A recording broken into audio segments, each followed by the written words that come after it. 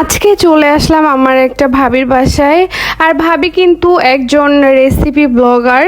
সবচেয়ে বড় বিষয় তার রান্নার টেস্ট অনেক বেশি, কারণ ছোটবেলা থেকে যখন ভাবি বিয়ে হয়েছে আমরা তো ভাবির বাসায় যাইতাম, খাইতাম, দেখতাম ভাবি অনেক সুন্দর করে রান্না করে গুছিয়ে, আর রান্নার টেস্টও হয় অনেক বেশি।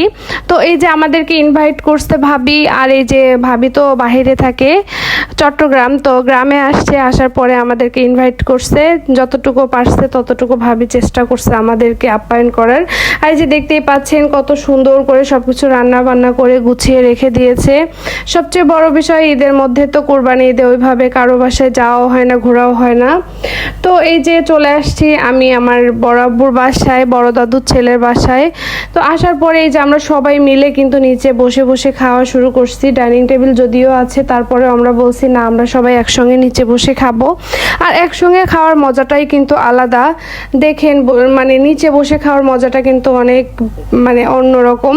এই যে জাহিদের ওয়াইফ, আমি, ভাবি, বড় আব্বু, বড়মা, ভাবির ছেলে, আমার ভাতিজা, ভাইয়া, সবাই মিলে, আমার বোনের মেয়ে, সবাই একসঙ্গে কিন্তু আমরা খেতে বসে গেছি।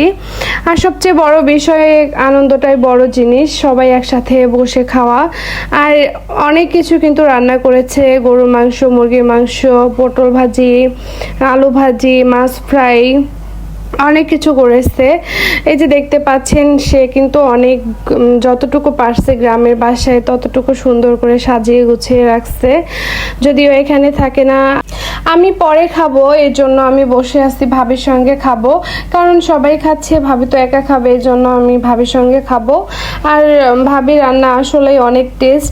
ছোটবেলায় ঈদের মধ্যে যখন ভাবিদের বাসায় যেতাম, ভাবি খিচুড়ি রান্না করতো, খিচুড়িটাও কিন্তু অনেক মজা হতো। আজকের ভিডিও এ পর্যন্তই ছিল। আল্লাহ হাফেজ।